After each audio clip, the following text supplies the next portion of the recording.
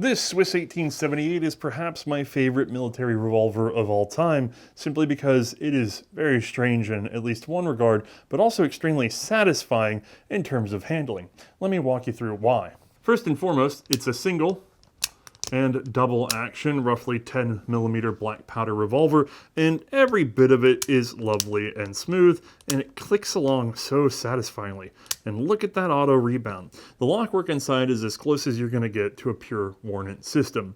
Now, let's talk about loading and unloading, because this is where it gets very weird. You notice there is no gate on this revolver, and no, it's not missing. This is intentional. It was originally designed when they were arguing about whether or not to have an auto ejector, and they ultimately never went with it, but they left room just in case. Now, how come your cartridges don't fall out? You see, in every ready state of the revolver, the cylinder doesn't allow room for the cartridge to escape to the rear.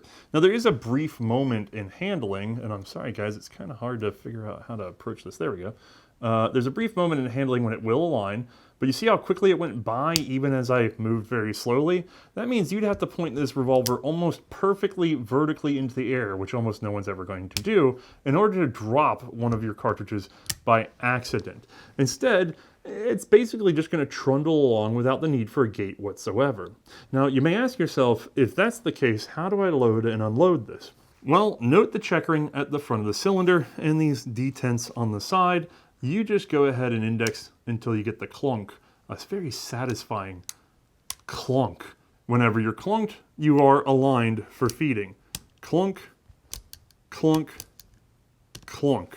And once you're all loaded up, you just give it a slight twist with no clunk, and wherever you end up being is just fine. The cartridge won't fall out, and you're ready to index whenever you go to fire the pistol.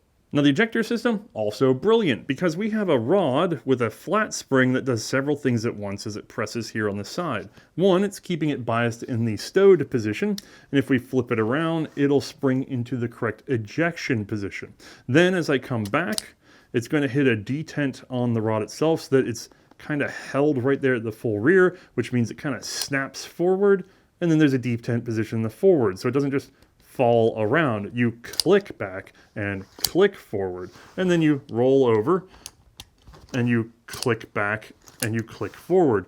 Everything in this gun gives you mechanical feedback with springs and clicks, and it is oh so pleasant. Now, I want to know how you guys feel looking at the 1878.